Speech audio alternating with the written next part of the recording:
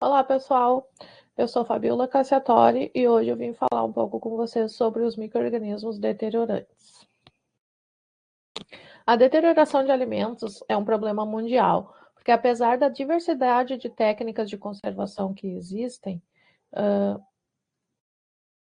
muitos alimentos ainda se perdem devido à deterioração.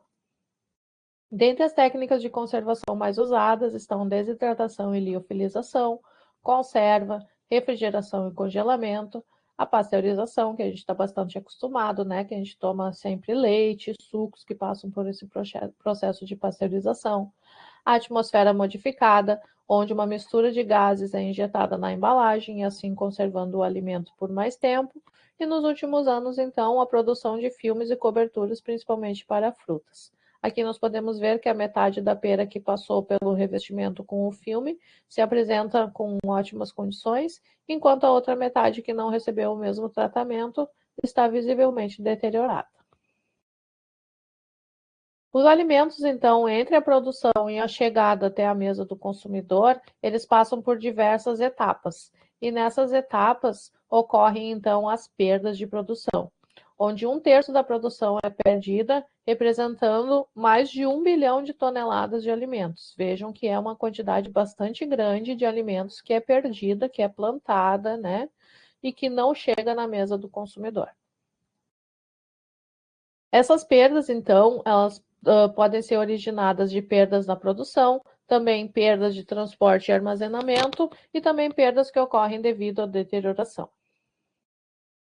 E o consumidor também é bastante responsável por essas perdas por deterioração, porque quando a gente compra alimentos em maior quantidade do que a gente consegue consumir, a gente acaba tendo que jogar no lixo os alimentos porque eles vão se deteriorar, né? Ele compra o alimento, não consome, fica lá no fundo da geladeira, na gaveta das verduras, não consome, tem que botar fora porque chega um momento que não tem mais condição de utilizar aquele alimento. Então, os alimentos eles são sistemas complexos formados por macronutrientes, água e micronutrientes, apresentam uma vasta variedade de nutrientes, são suscetíveis a diferentes reações químicas e são um ótimo substrato para o desenvolvimento de micro-organismos. Os fatores que contribuem para o alimento ser mais ou menos suscetível à deterioração estão divididos entre fatores intrínsecos, que são aqueles fatores originários do próprio alimento, e fatores extrínsecos, que são os fatores ambientais. Dentre os fatores intrínsecos, então, o alimento, quanto maior a atividade de água e maior pH ele tiver, mais suscetível ele vai ser à deterioração.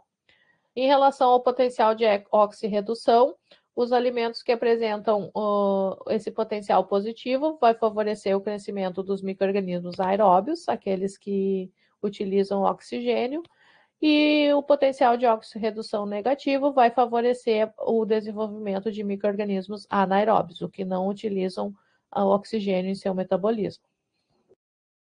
Dentre os fatores intrínsecos, então, nós temos que a umidade, ela está relacionada com a atividade de água, né? Porque, por exemplo, se eu deixo uma bolacha aberta no pacote em contato com o ambiente, ela vai absorver, então, essa umidade do ambiente e vai modificar, então, a atividade de água. Né? Ela vai ficar com muito mais água do que ela tinha enquanto ela estava dentro do pacote.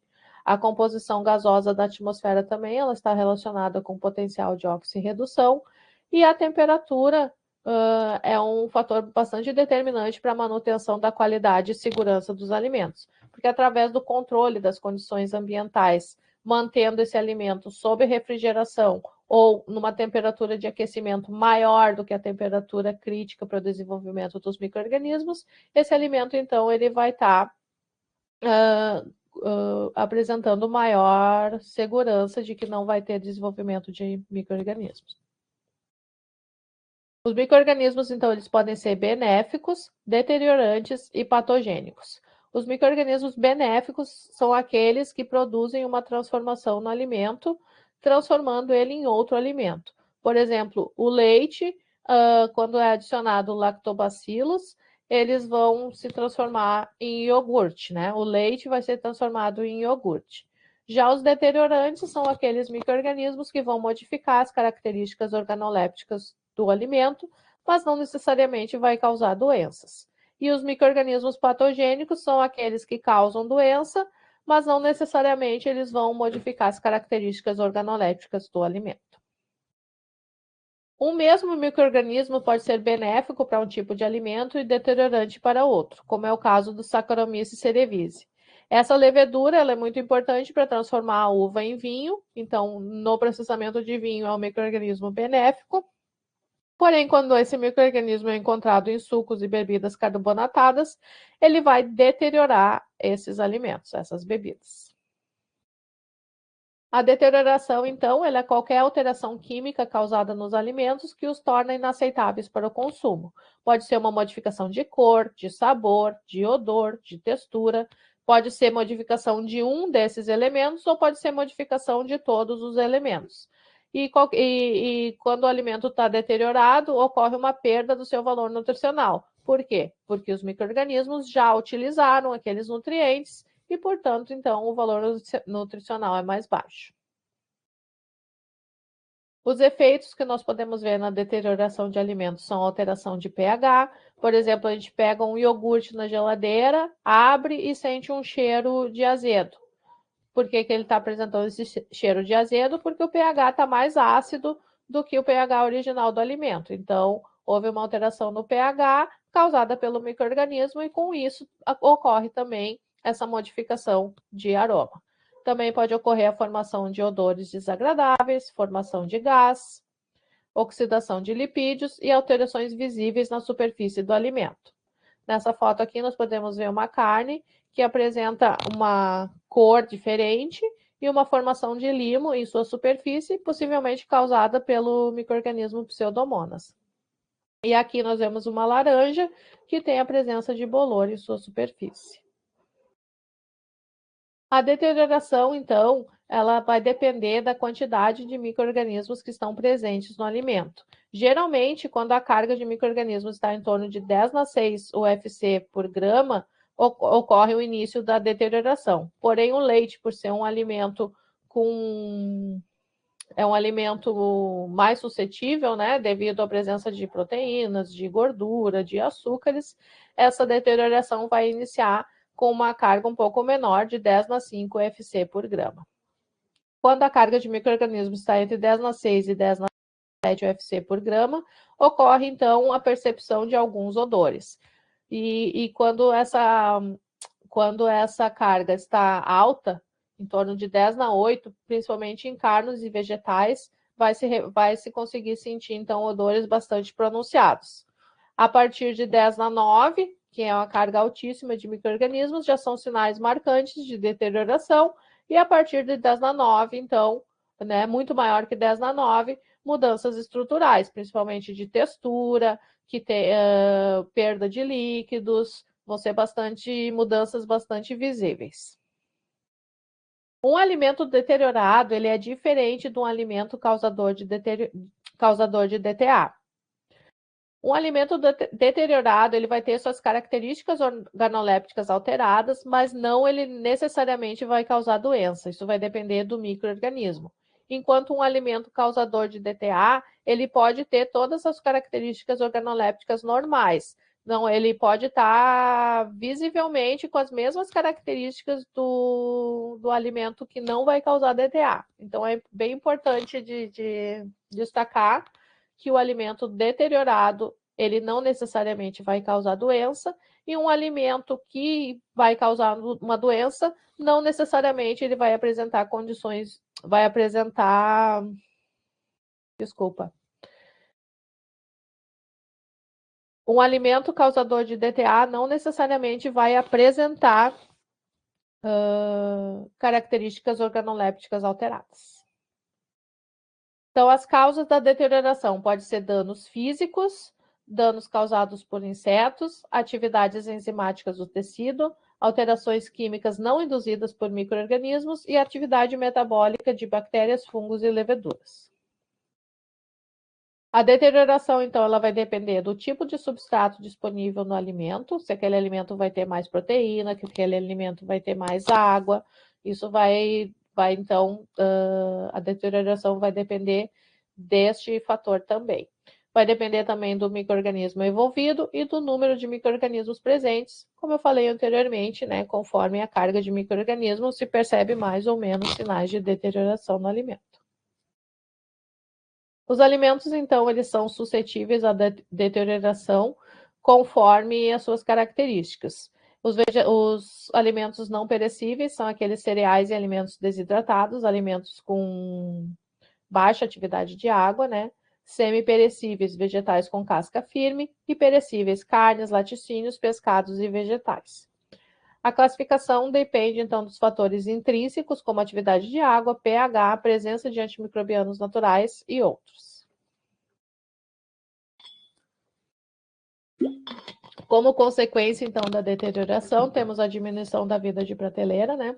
Ou seja, o tempo que esse alimento vai estar com características adequadas para o consumo. Também outra consequência da deterioração de alimentos são as perdas econômicas. E podemos ver que aqui os problemas que acontecem através do ataque de micro-organismos deteriorantes ocorrem em muito maior quantidade do que os problemas relacionados com micro-organismos patogênicos. Então, o tipo de deterioração que pode acontecer pode ser a putrefação, onde ocorre modificação nas proteínas, com modificação da sua textura, a fermentação, que ocorre nos carboidratos, com a diminuição de pH, a rancidez, onde os lipídios são degradados e com isso ocorre a formação de odores desagradáveis, e alterações organolépticas de cor, sabor, odor e aparência. Os micro-organismos deteriorantes mais comuns são pseudomonas, que podem ser encontrados em leite, carne e ovos, proteus, que pode ser encontrado em leite, ovos e pescados, enterobacter no leite, ervínia nos vegetais e bolores e leveduras em alimentos ácidos ou de baixa atividade de água. Falando então um pouco sobre os micro-organismos nos leites e derivados, esse alimento é um alimento com alta atividade de água, é um alimento rico em nutrientes e possui um pH favorável, por isso que é muito fácil de ocorrer deterioração em leite. A pasteurização, então, ela vai diminuir a quantidade dos micro-organismos viáveis, porém pode acontecer uma contaminação após o tratamento térmico. Por exemplo, um leite que passa por uma pasteurização e ao final da pasteurização ele vai para outro equipamento para ser embalado. Nesse caminho entre o final da pasteurização e a embalagem pode ocorrer a contaminação com outros micro-organismos. Também a pasteurização não vai conseguir eliminar todos os micro-organismos termodúricos, como é o caso de micrococos, enterococos e lactobacilos, e também alguns esporos podem ser encontrados no leite, esporos de bacilos e de Clostridium, que são micro-organismos patogênicos. Então, no leite, a gente pode verificar alteração na cor, com a percepção visual, causada, então, por esses micro-organismos, pseudomonas, flavobactérias e serratia. Também pode ocorrer a formação de rancidez, provocando, então, odor e sabor desagradável, causado pelos micro-organismos pseudomonas, proteus, clostridium, bolores e leveduras. Pode ocorrer também uma modificação da viscosidade, onde esse leite ele vai ficar mais viscoso, também com a percepção visual, e causado, então, por Enterobacter, Klebsiella e Lactococcus. Ou também pode ocorrer a produção de gás, onde a gente pode verificar de forma visual, geralmente causado por Clostridium ou por bacilos. Já nas carnes, são um meio rico em proteínas e lipídios, e apresentam um pH neutro e uma atividade de água alto, o que é favorável para a maioria dos micro-organismos.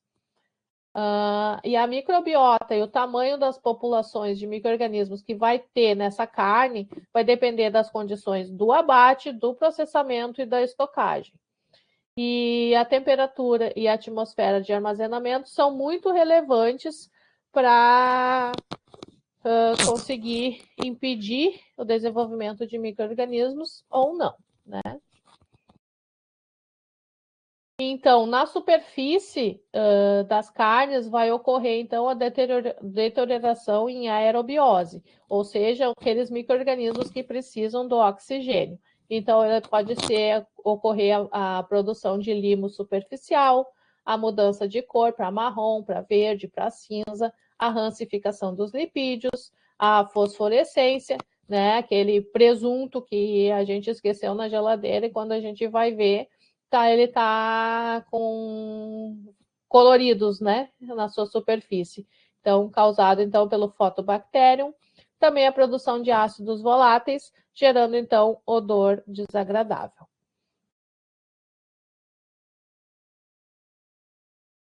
E na carne também ocorre a deterioração em anaerobiose, ou seja, onde não tem oxigênio, que é no interior da carne. Essa deterioração pode ocorrer, então, gerando acidificação, com o acúmulo de ácidos orgânicos, gerado pelo Clostridium e também coliformes, ou a putrefação, que é a decomposição anaeróbica das proteínas, produzindo compostos de odor desagradável, como é o caso do ácido sulfúrico, indol, cadaverina, putrescina, também causado pelo Clostridium.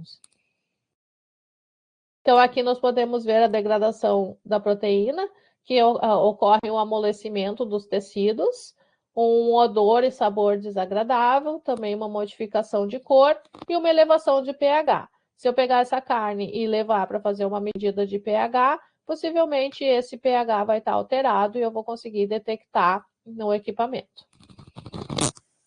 Então, quando a gente vê no supermercado aquela carne embalada a vácuo, que é escura e tem um odor bastante forte, essa carne é deteriorada? Será? Não. Essa carne ela está em perfeitas condições de consumo, mas devido ao tipo de embalagem, ao tipo de conservação, no caso, que é a embalagem a vácuo, ela apresenta essas características. Essa característica da carne escura aqui é uma reação da mioglobina que está presente na carne. Quando não tem oxigênio na embalagem, ela fica assim escura. Mas para resolver, o que a gente faz? A gente abre a embalagem, espera algum tempo e após algum tempo em contato com o oxigênio, a carne volta à sua cor normal. As carnes curadas, então, que são aquelas charque, carne de sol, elas vão depender, então, o sucesso da cura vai depender de não haver contaminação na carne in natura. Eu não posso pegar uma carne que já está deteriorada e passar ela para um processo de cura achando que assim eu vou ter uma carne boa para consumo. Não, o alimento depois que está deteriorado, nada salva ele, tá? A carne curada, então, se for manipulada de forma inadequada, um armazenamento muito prolongado, pode ocorrer a deterioração. Os sais de cura, eles vão inibir os micro-organismos anaeróbios e gram-negativo, mas, por outro lado, eles vão favorecer os gram-positivos, bactérias acidoláticas, bolores e leveduras. Então, nessas carnes curadas, quando a umidade está muito alta, pode-se perceber um limo superficial, causada pelas bactérias láticas, leveduras e micrococos. Também um emboloramento causado por bolores e leveduras. Alteração de cor causada por serratia, pseudomonas, bolores e leveduras. E o aroma de geladeira. Quando a gente deixa aquela carne muito tempo dentro da geladeira, ele tem aquele cheirinho que a gente fala aroma de geladeira, mas ela ainda não está com aquele cheiro que a gente diz, essa carne está estragada. Então, esse aroma de geladeira ele é causado pela produção de fungos. Já o uso de embalagem a vácuo e a refrigeração, eles vão dificultar a formação de bolores. Passando agora, então, para os pescados. São alimentos que possuem também alta atividade de água e pH neutro, possuem alto teor de gorduras insaturadas, que são facilmente hidrolisadas, então são bastante suscetíveis à deterioração, possuem muitos compostos nitrogenados, proteicos ou não. E a microbiota inicial de pescados, ela vai depender das condições da água, né, dos poluentes daquela água, da temperatura e também das condições da captura e armazenamento. A deterioração, então, dos pescados, ela pode ocorrer através da autólise, que é a ação dos próprios sucos digestivos e enzimas, gerando, então, odor desagradável, amolecimento da carne e uma barriga dilacerada, né? E também pode ser através da oxidação das gorduras insaturadas, que é aquele cheiro que dá bastante cheiro de peixe podre, que a gente fala. É por causa da oxidação das gorduras. Então, ocorrem diversas etapas para a deterioração do pescado. Na etapa 1, os micro-organismos consomem os substratos nitrogenados, gerando um odor desagradável. Já na etapa 2, os micro-organismos vão consumir a proteína, causando então o amolecimento dos tecidos e odores nauseantes. Nessa etapa aqui, está muito visível a deterioração. Ninguém vai nem conseguir pensar em comer esse alimento, né? Nos pescados frescos, então, os micro-organismos mais comuns são Pseudomonas, Acinetobacter e Shewanella putrefaciens, que causa cheiro de peixe em decomposição. E já nos pescados salgados, a presença dos micro-organismos geralmente é bolores e leveduras e também bactérias halófilas, ou seja, aquelas bactérias que gostam de sal, principalmente Halobacterium. Como que a gente pode ver, então, se o pescado está numa condição adequada ou se ele está deteriorado? Aqui, né, o pescado adequado, a gente pode ver que tem um olho brilhante.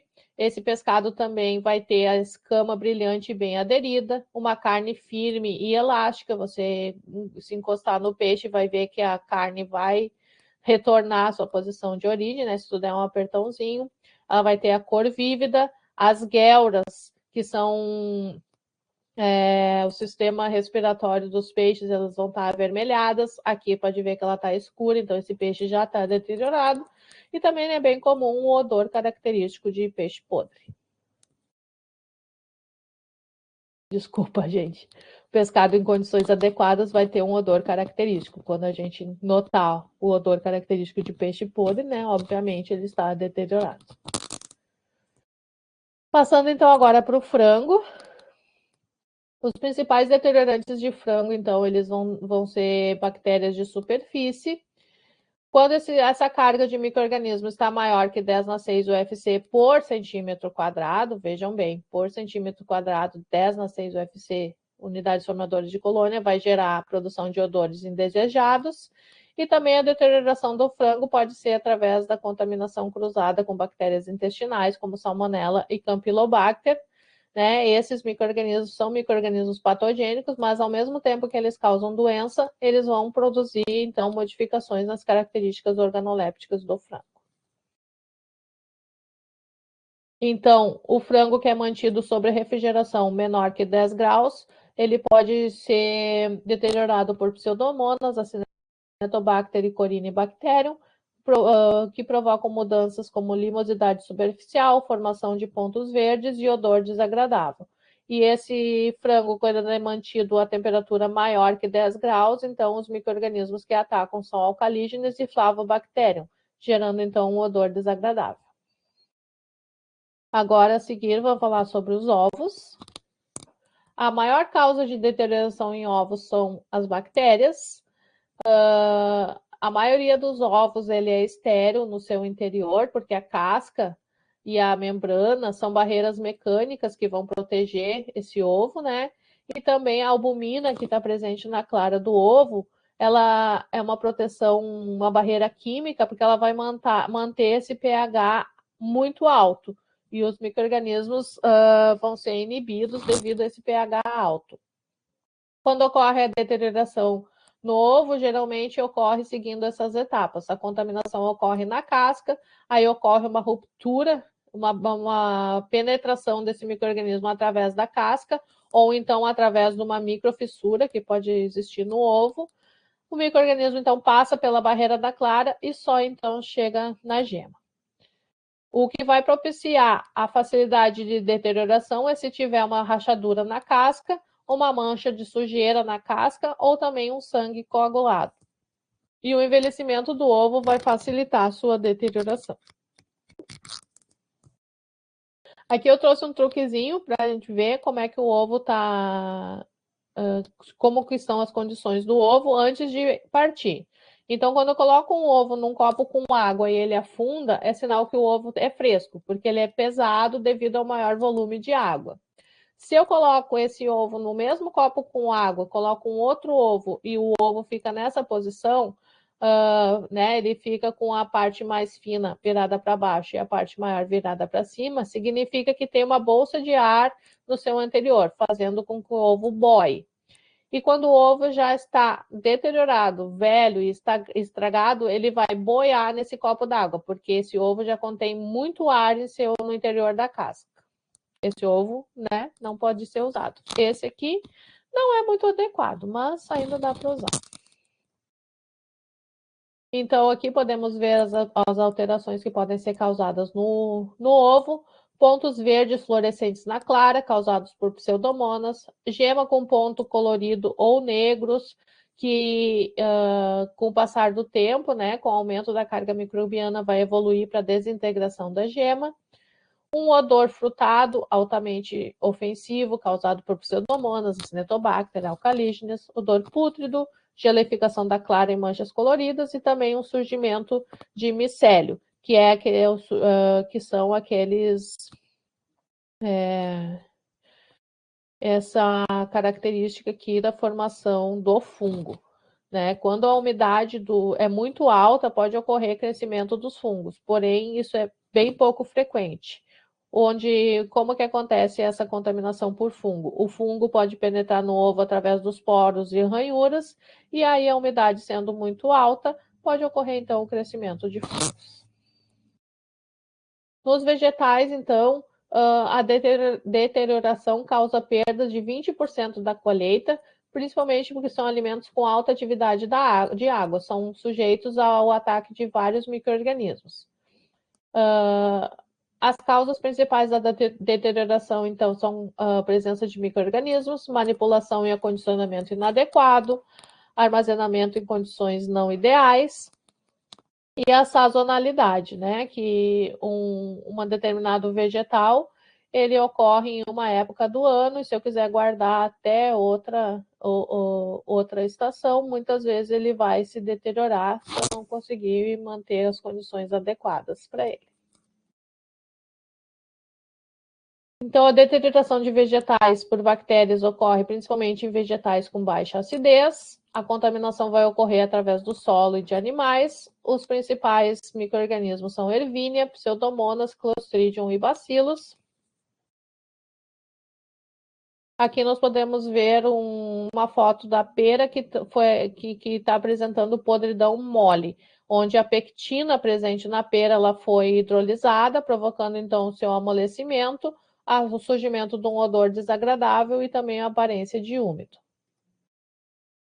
Também a deterioração dos vegetais pode ocorrer por fungos, que ocorrem em vegetais de alta acidez ou superfície seca. A contaminação ocorre através de micro-organismos presentes no solo e também devido a injúrias na casca, principalmente os fungos Botrytis, Glossporium e Colecotrichum. Aqui nós podemos ver um cacho de uva que foi que foi contaminado com Botrytis cinerea.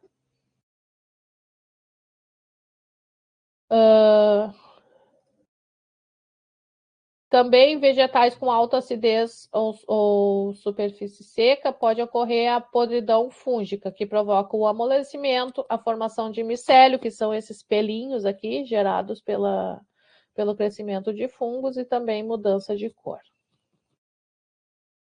Já nos sucos, que são alimentos com teor de água elevado, alta concentração de açúcares, o pH, então, ele vai depender do fruto e vai favorecer o crescimento de bactérias e leveduras. Então, quando o suco é mantido a temperatura menor que 15 graus, pode ocorrer o desenvolvimento de bolores e leveduras com a formação do micélio. Pode ocorrer também fermentação provocada por leveduras ou lactobacilos, quando a temperatura está mais alta. E também limosidade na superfície, geralmente no suco de maçã, causado por leuconostoque e lactobacilos, provocando então a alteração visual. Já os cereais e produtos de panificação, a deterioração pode ser proveniente da microbiota proveniente do solo e também do local de armazenamento. São produtos com baixa atividade de água, então os principais micro-organismos vão ser os bolores, principalmente o Rhizopus, aquele que produz esporo preto. Quando a gente pensar em pão, a gente vai lembrar, né, desses esporinhos pretos, que é deste micro-organismo. E quando a umidade do ambiente é muito alta, a deterioração pode ser causada por bacilos. Também massas frescas de pizza e pão caseiro estão sujeitas à deterioração por bactérias láticas, principalmente lactobacilos. A deterioração, então, ela pode ocorrer devido ao armazenamento inadequado ou à embalagem do alimento ainda quente. Né? Há pouco tempo surgiu a notícia de que pães podem ser... Pessoa que consumiu um pão de determinada marca, pão de forma de determinada marca, se soprar o bafômetro, vai acusar como se a pessoa tivesse bebido. E isso ocorre devido à alta quantidade de conservantes, né, principalmente antimofo, que são adicionados nos pães, exatamente para evitar esse tipo de problema. Só que, né, tem que ter a dose adequada. Nesse caso aí, esses pães que acusam no bafômetro, eles colocaram uma quantidade muito além da permitida, porque possivelmente o pão deles, devido a algum problema de processamento, ele estava ficando mofado e em vez de eles tentarem resolver o problema, né, eles simplesmente adicionaram uma quantidade maior de conservante. Os bolos, eles dificilmente vão deteriorar, devido à grande quantidade de açúcar, eles possuem baixa atividade de água. Então, uma contaminação num bolo, ele geralmente é proveniente do glacê, de frutas colocadas na superfície, ou também uma contaminação ambiental. Nos vegetais também tem fungos que produzem toxinas nos alimentos, que são os fungos de campo, que eles vão atacar vegetal na plantação, principalmente em grãos com alta umidade, como é o caso de milho, né? O milho quando está na espiga. E também os fungos podem contaminar esses alimentos durante o armazenamento, onde eles vão atacar então após a colheita, em grãos com menor umidade e quando a temperatura é bastante alta. As micotoxinas, elas são substâncias tóxicas produzidas pelo metabolismo secundário de fungo. Elas vão ser muito estáveis ao calor e pouco estáveis à luz ultravioleta, né? Uma micotoxina, um alimento que tem uma micotoxina, eu aqueço ele a 270 graus, ou seja, eu carbonizo o alimento praticamente, e ainda assim eu não inativo aquela micotoxina. As micotoxinas, então, elas vão causar a ruptura da membrana celular e vão interferir na síntese proteica. Isso da pessoa que consumir esse alimento contendo micotoxina. Então, um dos riscos principais do consumir alimentos com micotoxina é a bioacumulação, causando, então, câncer e alergias. A presença de insetos, ela vai aumentar a contaminação por fungos, porque ela vai causar dano físico no grão, e com isso ocorre um aumento de umidade devido à produção de CO2 e água. Com a umidade mais alta, aumenta a taxa de respiração, e com o aumento da taxa de respiração, aumenta a temperatura, facilitando assim a multiplicação dos fungos. Né? Ainda sobre a micotoxina, a presença do fungo ela não significa a presença de micotoxina. Porém, a ausência de fungo não significa a ausência de micotoxina. Ou seja, se eu vejo um fungo no alimento, não necessariamente ele vai produzir micotoxina. Tem diversos fungos que não produzem micotoxina. Então, o fungo está presente, mas não está presente a micotoxina. Porém, quando eu não vejo o fungo, não quer dizer que ocorreu, que tem ausência da micotoxina.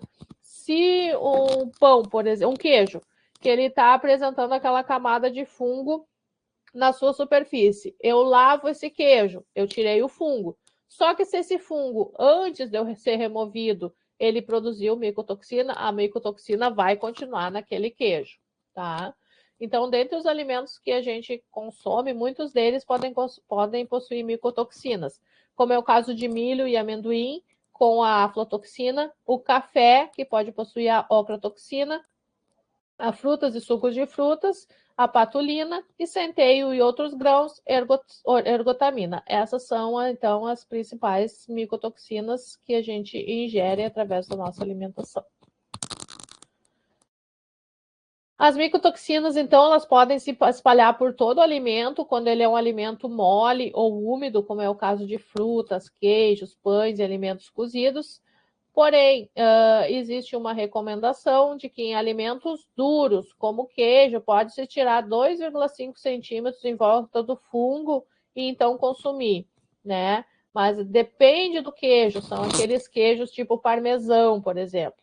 Um queijo mussarela é um alimento mole, então se tiver a presença de fungos e esse fungo gerar micotoxina, certamente todo o queijo vai estar contaminado, o queijo mole. Já o queijo duro, isso é diferente porque, né, devido à dureza do queijo, fica mais difícil para a micotoxina migrar por dentro desse alimento.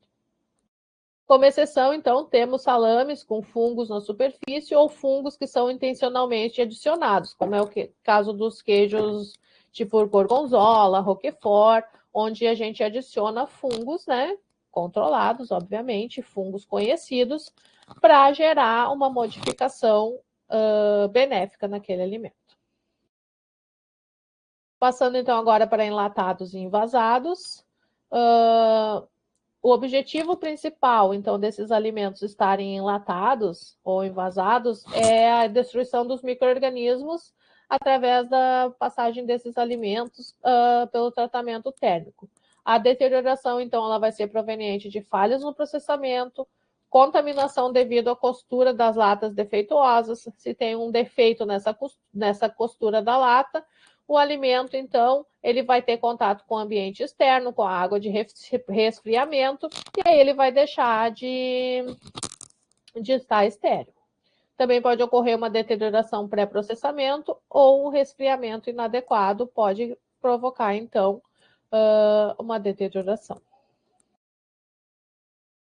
Os alimentos de baixa acidez, ou seja, aqueles com pH acima de 4,5, que são carne, leite, milho, feijão e pescados. Os alimentos ácidos, eles possuem pH entre 4 e 4,5, e alimentos muito ácidos possuem pH menor que 4, como é o caso de picles, chucrute e frutas ácidas.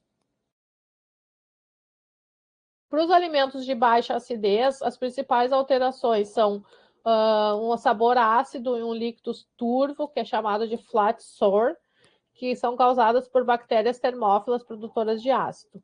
Também um sabor ácido fermentado e odor butírico, provocado por bactérias anaeróbias, e a embalagem, então, a gente vai se apresentar estufada.